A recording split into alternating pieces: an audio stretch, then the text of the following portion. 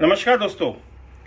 आज मेरे सामने कुछ एक इमोशनल सी पंक्तियां आई हैं और कुछ मैंने लिखी हैं, तो वो मैं आपके साथ बंगाल को लेकर शेयर करना चाहता हूं। तो शीर्षक है, हार कौन रहा है बंगाल। चुनाव खत्म हो जाते हैं, नेता जीत जाते हैं, पार्टियां हार जीत का जश्न मना लेती हैं, लेकिन हर चुनाव के बाद अगर सड़कें खून से भर जाएं तो असली हार किसकी होती है?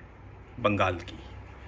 कभी राजनीतिक हिंसा, कभी कार्यकर्ताओं की हत्या, कभी घर का जलना, कभी महिलाओं का डर, कभी पलायन, और हर बार टीवी पर वही बहस, कौन जीता कौन हारा। लेकिन कोई ये नहीं पूछता कि बंगाल कितना हार गया या कितना जीत गया। रविंद्रनाथ टैगोर का बंगाल, नेताजी सुभाष का बंगाल, स्वामी विवेकानंद का बंगाल आज डर, हिंसा, राजनीतिक नफरत की खबरों में क्यों बदल गया?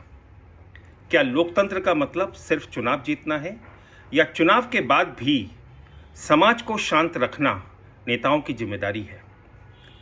सबसे दुखद बात यह है कि सत्ता पक्ष कहता है हम जीते हैं, विपक्ष कहता है हमारे साथ अन्याय हुआ है, लेकिन आम आदमी वो सिर्फ बचना चाहता है।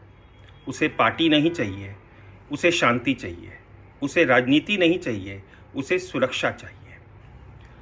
जब कार्यकर्ता मरता है तो नेता सिर्फ बयान देता है, जब परिवार उजड़ता है तो राजनीति सिर्फ ट्रेंड बनाती है।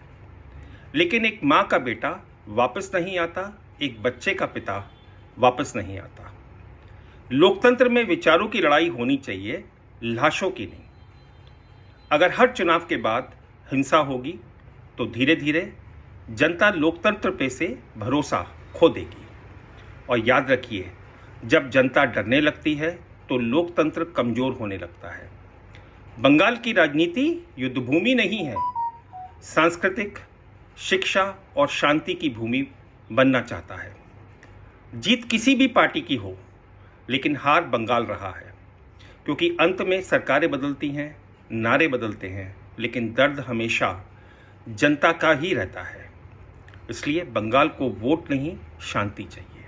और अंत में मैं आपसे कहूँगा कि वाजपेयी जी के कहने पे कि सरकारें आएंगी, सरकारें जाएंगी, लेकिन नैतिकता का हनन नहीं होना चाहिए, क्योंकि एक बार समाज में अगर मॉरल स्टैंडर्ड्स या नैतिकता समाप्त हो जाती है तो वो वापस नहीं आती। नमस्कार।